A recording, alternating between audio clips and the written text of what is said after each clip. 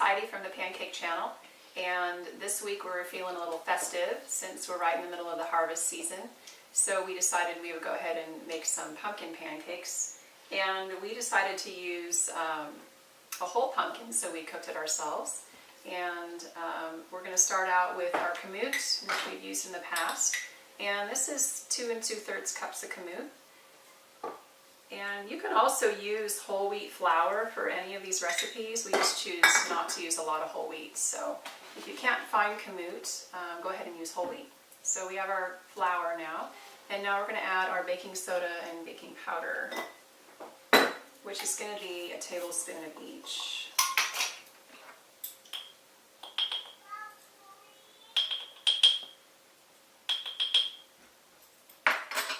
Now we're going to add our tablespoon of soda. So now we're going to add some sucanut, and we don't use any white sugar in our house. So this is called sucanut, which is natural sugar cane, and it actually has nutrients in it, which is a much better alternative than white sugar. And it has a little bit of a different flavor. It's pretty tasty. So I'm going to add 1/3 cup of this.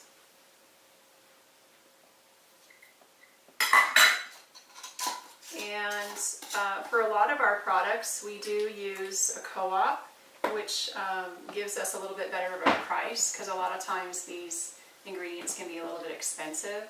So if you're familiar with a co-op near you, you can always get on their bandwagon and order once a month or so. And we use Azure Standard, which delivers our groceries once a month. And we actually save a lot of money that way. So we've got our sucanut, and now we're going to add some pecans. And I already chopped most of these, but I just thought I would leave a few out. So we're just going to chop these up just really roughly. We ground them before, but it was kind of like pecan meal, which was a little bit too much. So we thought we would just rough them up a little bit.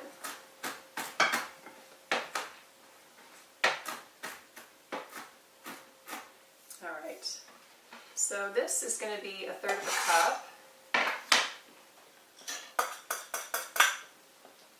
And now we're going to do some chia seeds. And if you're not familiar with chia seeds, you're probably maybe have heard them before if you've ever owned a chia pet. And those are chia seeds that are on your chia pet that you grow grass out of. And chia is actually a member of the mint family, and it's grown in southern Mexico.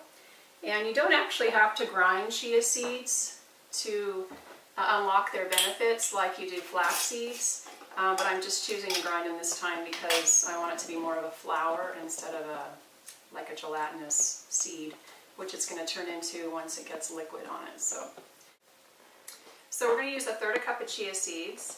And chia seeds are really rich in omega-3s, and they're really higher, actually much higher than flax.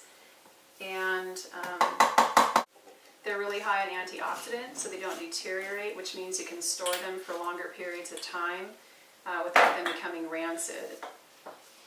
And they also have a host of other nutrients like iron and calcium. And like I said, you don't have to grind them, but I'm choosing to. This time because I want more of a floury texture.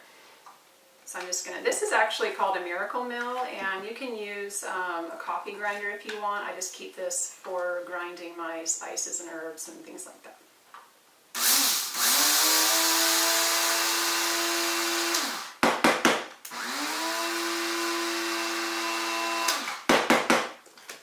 Alright, so now we have our ground chia seeds, which is like that. So we're just gonna dump them in there. And chia seeds were actually used by the Aztec and Mayan Indians, and it was a survival food of the Aztec warriors. It supposedly can sustain you for about 24 hours just on a tablespoon.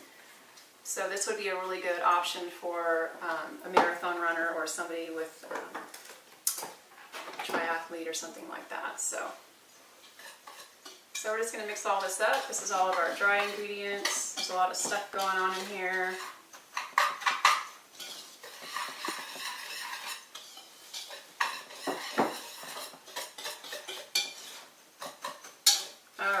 so now we got this going. We're going to go ahead and add our wet ingredients. Actually, let's do our spices first.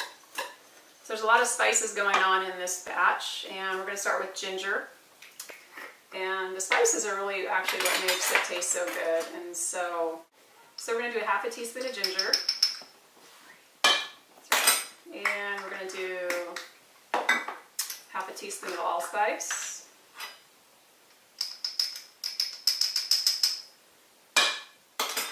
And we're going to do a quarter teaspoon of clove.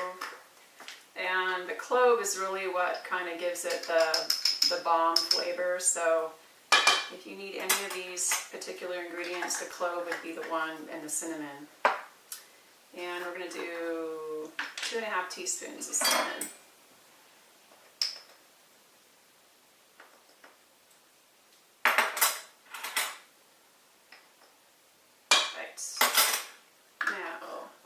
We would normally add nutmeg in, but we're actually out, so we're not going to. But if you were to add nutmeg, you would go ahead and put in another half a teaspoon of nutmeg. So I'm just going to mix this all together. Alright, and now we're going to add our wet ingredients, and we're going to start with our water. And this is just going to be 3.5 cups of clean water.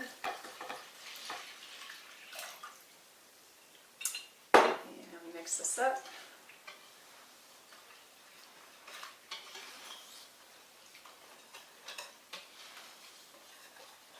And if you don't want to use a cooked pumpkin, if you don't want to take the time to do that, or if you just don't have time, you can always use canned pumpkin, and we try to use organic when we can. So this is some organic pumpkin there.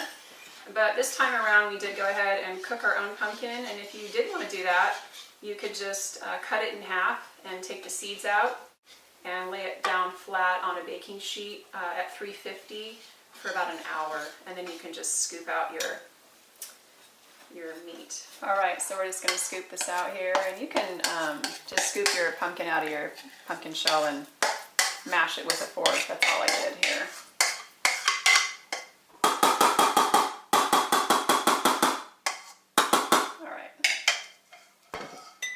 Alright, so now we're going to mix this all together. And pumpkin is actually really high in vitamin A, so it's really good for your eyesight. And high in fiber, which is high in, there's a lot of fiber in this once again. And it's also great for your skin. It keeps the wrinkles at bay, which I don't know about you, but that's always a bonus. And it's also high in potassium, which is great for refueling after a workout. So this particular recipe would be great, once again after your extended run or high impact activity. And it's also high in vitamin C, which is great for your immune system. So especially coming up in winter pretty soon, we want to have a strong immune system so we don't have to get sick. So there we have it. Now we're going to cook them.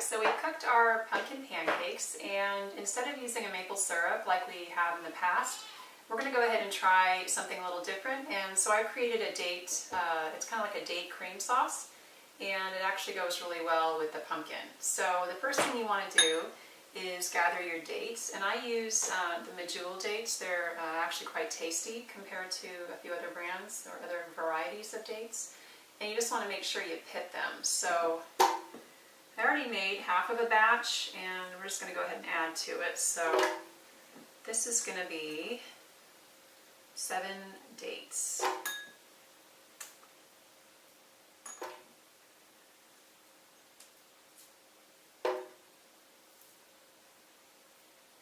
And dates are really high in fiber, and which is great for your digestive system.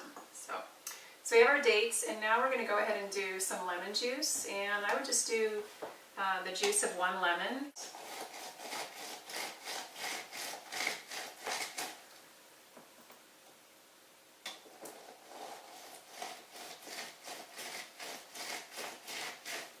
Alright, so I'm going to go ahead and pour this in. Alright, and once we get that done, we're going to go ahead and add in 2/3 cup of water. I've already measured out. And then we're going to do some cinnamon, and I did half a teaspoon of cinnamon. And we're just going to mix this up. It's going to take a little bit because it's really chunky. So.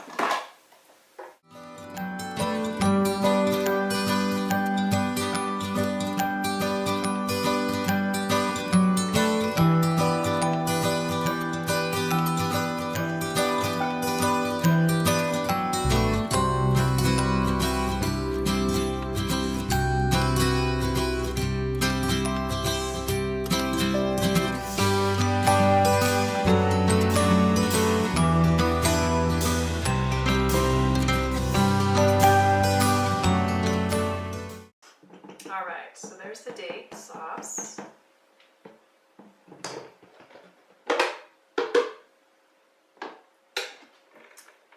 And I'm just going to go ahead and add it to my little container here.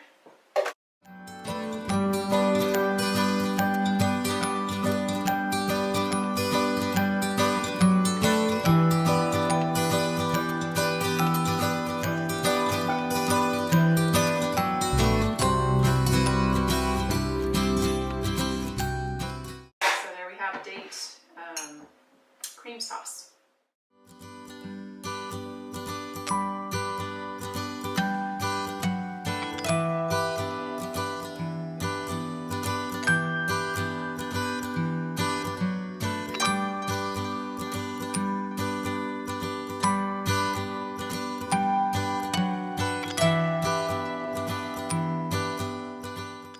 Thanks for watching the Pancake Channel. We hope you enjoyed our festive recipe today of the pumpkin pancakes.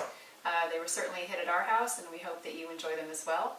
And be sure to follow us on social media in the box below. And if you are following us on Instagram, you can send us your completed pancake pictures at the Pancake Channel. Be sure to hashtag it TPC Pumpkin Pancakes. And we look forward to seeing your pictures.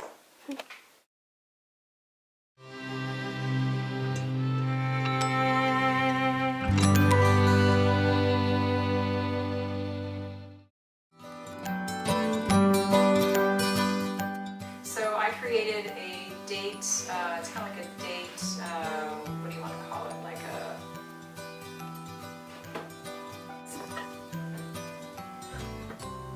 See, I love pancakes. I love baby.